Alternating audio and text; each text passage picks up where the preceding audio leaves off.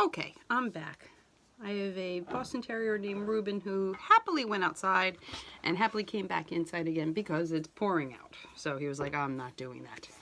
Okay, so I have my egg ready. I have my piece on here. And using the painter's tape will help keep it secure. All right, so you're going to want to use transfer paper, carbon paper, that you can get at, again, you can get at any good arts and crafts store. So this being a lighter color, I want to use a darker transfer paper. So the shiny side is the side that has the carbon on it.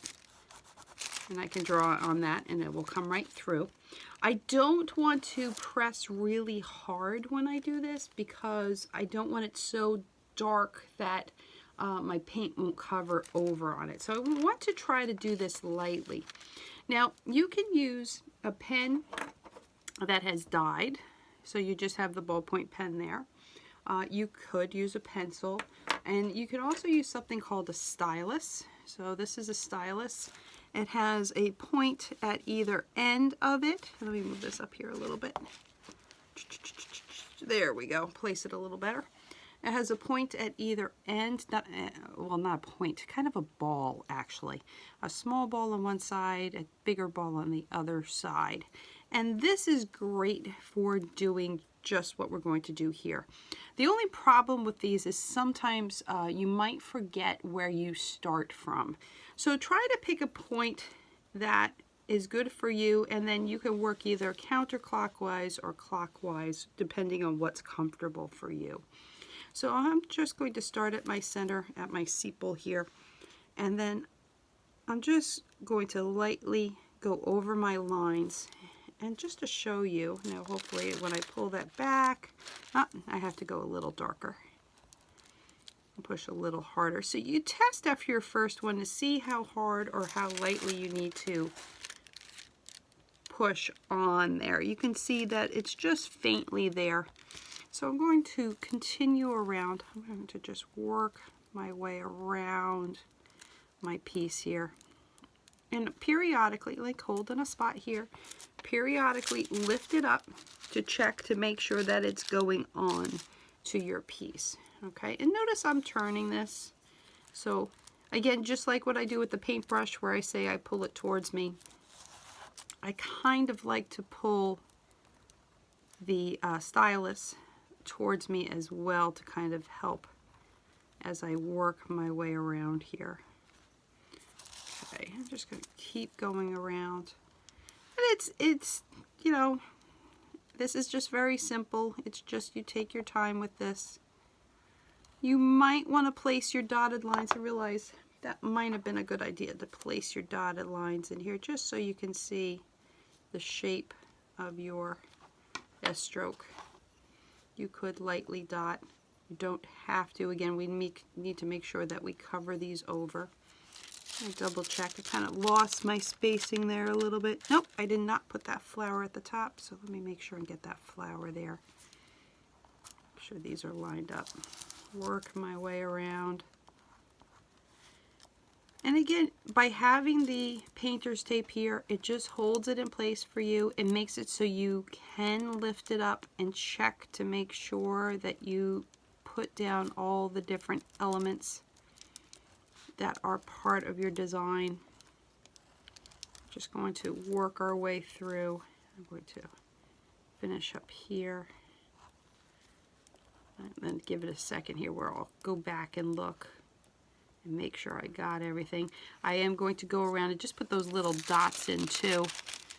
That's pretty good. It's a little light in sections and a little dark in sections, but that's okay as long as I can see basically where it is. Okay. And then I'm going to dot my way through. Now I used a darker carbon paper because this is pretty light, and I do have a white here that I don't feel like it would show up quite as well on here. So that's why I used a darker paper. So let's say for, well, let's just take this off. Take a peek here. And I can see my patterns placed pretty well. I can go over, I have a chalk pencil that I'll use On these two you can get at the different arts and crafts stores and draw over just to make sure I can see it. So there's my placement for this guy here. Now for these the other color eggs that I have, and this one is done in Golden Grain and this one is done in Raindrop. They're both Joe Sonia base coat colors. For these, I would go ahead and use my lighter color transfer paper. Just for example, I can show how it will show up on this here on the Bristol board that I had ready for you guys. I'm just going to do a line here. Oh, of course, did it come over as well as I wanted to? Well, let's make sure I have the right side on there. I do. Okay. I did this once in Eldred's class in Fletcher Farm. I started transferring a piece and literally, oh, I don't like this paper. This one's not working as well. Of course it's not going to work as well because I'm doing a video upon it. Anyway, I started transferring a piece onto a very large box and I finished transferring the whole thing and I took it off and I realized I had the paper turned the wrong way. So nothing went on. So I had to do the whole thing over again. That's okay. It happens. Not much you can do about it. Let's go try this transfer paper. There we go. That's better. So you can see the white lines here.